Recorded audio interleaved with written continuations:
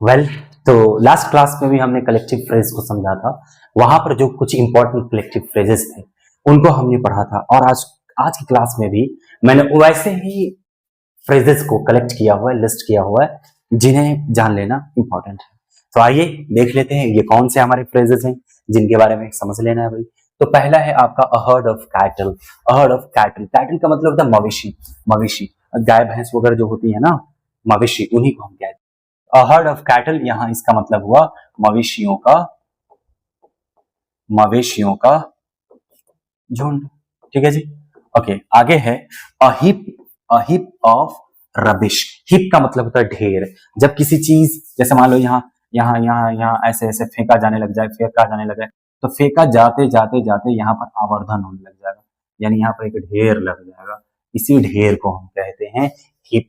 तो a heap of rubbish, इसका मतलब होगा, रबिश का मतलब है कूड़ा करकट, तो इसका आप कह लो कूड़ा, कूड़ा या कूड़ों का ढेर। ठीक है जी, या कूड़ा का ही ढेर कहिए, ये ज्यादा अच्छा लगेगा, कूड़ा का ढेर या कूड़ों का ढेर। ठीक, ओके, आगे देखिए। ये चलो ठीक है, समझ गया ना। उसके बाद है अपना ये a heap of stone. Stone जैसे पत्थर गिरा एक जगह, उसको कहते हैं हम लोग ऐसे, पत्थर कह लेते हैं, गिट्टी कह लेते हैं, आमतौर पे बजरी भी कह लिया जाता है उसे। तो a heap of stone, stone ले लो या सैंड ले लो। जैसे ट्रक से अगर बालू गिरा तो आप पाते हो कि ये बालू का पूरा ढेर लग गया है, या गिट्टी गिरा तो गिट्टी का पूरा ढेर लग गया, पत्थर गिरा पत्थर का पूरा ढेर लग गया। तो वो ढेर को ही हम कह रहे हैं अ हीप ऑफ स्टोन और हीप ऑफ सैंड। तो इसे आप कह लो बालू कह लो या बजरी कह लो। बजरी मतलब वो स्टोन की बात कर रहा हूं मैं, का ढेर। ठीक है जी, ओके। अगला है अ पैक ऑफ हाउंड्स। देखो भाई मेरे, ये जो हाउंड है, हाउंड, हाउंड दरअसल कुत्ता ही होता है। जैसे जो डॉग होता है, डॉग, तो डॉग हम इस्तेमाल करते हैं कुत्ता के लिए। तो ये जो डॉग है ये कॉमनली इस्तेमाल हो रहा है, कि साधारणतः सारे कुत्तों के लिए इस्तेमाल हो रहा है, किसी खास ब्रीड या किसी खास स्पेशीज के लिए नहीं इस्तेमाल हो रही। लेकिन ये जो हाउंड है ये कुत्तों की एक ब्रीड है जो रशिया में पाई जाती है, कुत्तों की एक नस्ल है जो रशिया में पाई जाती है। तो यहां पर आप कह सकते हो अ पैक ऑफ हाउंड्स, इसका मतलब यही होगा कि कुत्तों का, कुत्तों का झुंड। ठीक है भाई, ओके, यहां तक क्लियर है।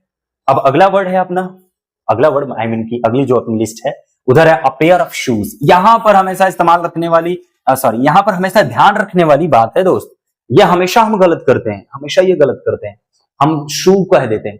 कई लोग कहते हैं कि जूता कहाँ है, SHOE, शू।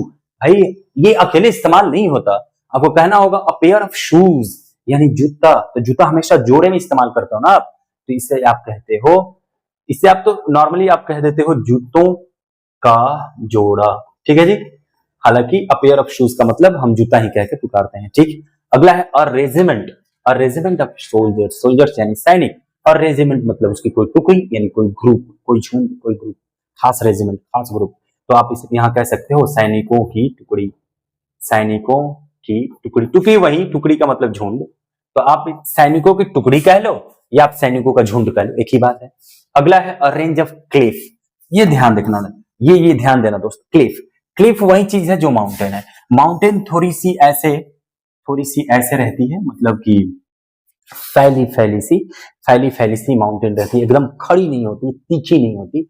माउंटेन जो होते मतलब धीरे धीरे चढ़ान है और धीरे धीरे उतार है। ठीक है जी, तो अगर धीरे धीरे ऊंचाई है, धीरे धीरे ढलान है, तो उसे आप माउंटेन कहते हो। लेकिन अचानक से, जैसे मान लो कि ये माउंटेन है, धीरे धीरे चढ़ान है और यहाँ धीरे धीरे ढलान है, लेकिन अचानक से यहाँ पर सीधा हो गया, खड़ा हो गया, यहाँ जाकर अचानक से सीधा हो गया, खड़ा हो गया। अब ये जो सीधा खड़ा आपकी पहाड़ी दिख रही है या पहाड़ दिख रहा है, यही होता है क्लिफ। तो क्लिफ का मतलब सीधा समझ लेना, खड़ा पहाड़, ऐसा पहाड़ जो बहुत खड़ा खड़ा हो। ठीक है जी, तो वैसे खड़े पहाड़ को आप कहते हो क्लिफ, और आमतौर पर उसे हम चोटी भी कह लिया करते हैं। ठीक है, तो चोटी के लिए जो आप पिक इस्तेमाल करते हो ना, PEAK, जैसे माउंट एवरेस्ट जो है वो एक पिक है, तो माउंट एवरेस्ट को आप क्लिफ भी कह सकते हो। ठीक है, तो अ रेंज ऑफ क्लिफ्स, इसका मतलब हो जाएगा यहाँ पर चोटियों का झुंड।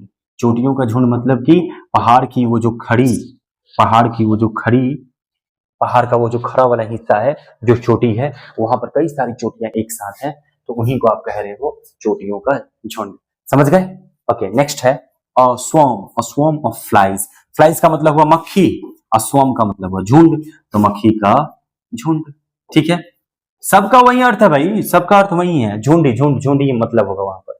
A series of events, event का मतलब होता है घटना और सीरीज का मतलब होता है क्रम, सिलसिला। तो वहां पर आप कह देते हो घटनाओं का सिलसिला या घटनाओं का सम, घटनाओं का सिलसिला ही कह दो, क्योंकि सिलसिला का मतलब क्या हुआ कि एक के बाद दूसरा घटना, दूसरा के तीसरा, तीसरे के बाद चौथा, किसी एक केस से जुड़े हुए, किसी एक विषय से जुड़े हुए एक के बाद कई सारी घटनाएं हो गई जो आपस में संबंध दिखा रही है। तो वो घटनाओं का समूह जो एक साथ हो गया उसी को आप कहते हैं सीरीज। और आप याद करो, आपने मिर्जापुर जो सीरीज देखी है वो क्या है, एक ही घटना पर कई सारी, मतलब एक ही मुद्दे पर, एक ही टॉपिक पर कई सारी घटनाएं घटी हैं, इसलिए हम उन्हें सीरीज कहते हैं। आजकल बच्चे मूवी जो जेनजीज हैं ये मूवी कम देखते हैं, सीरीज ज्यादा देखते हैं। तो जो सीरीज आप देखते हो वो दरअसल क्या होता है, घटनाओं का ही समूह होता है। 8, 10, 15, 20 एपिसोड में वो सारे कहानी को समेटा जाता है। तो कहानी एक होती है, उसमें घटनाएं कई सारी हो जाती हैं। तो अ सीरीज ऑफ इवेंट्स का मतलब हुआ घटनाओं का समूह। ओके, अगला है अ ट्रूप, ट्रूप ऑफ हॉर्सेस। यहाँ हॉर्सेस का मतलब वही है, हॉर्स का मतलब घोड़ा और ट्रूप का मतलब झुंड। तो घोड़ों का झुंड, यहाँ आप कह सकते हो इस्तेमाल, घोड़ों का झुंड। राइट, तो भाई ये रहे आपके वो, ये रहे आपके वो और भी इंपॉर्टेंट कलेक्टिव फ्रेजेस जिन्हें हमने आज सीखा है। इसके पिछले वाली क्लास में भी हमने सीखा है कुछ फ्रेजेस को, और आज भी हमने कुछ फ्रेजेस को सीखा। ये काफी है, ये एनफ है, ये सफिशिएंट है। आप जब भी इस्तेमाल करोगे इन सारे कलेक्टिव फ्रेजेस को तो ये सफिशिएंट है, इसी में से कहीं से आप इस्तेमाल करते हो। है तो बहुत सारे, है तो बहुत सारे, गिनती भूल जाओगे आप कितने सारे हैं, और लेकिन कितना याद करोगे। हम कॉमनली जो इस्तेमाल करते हैं इन्हीं सब का इस्तेमाल करते हैं। ठीक है भाई, आज इतना ही रखेंगे, फिर मिलेंगे दोस्त अगली क्लास में। धन्यवाद।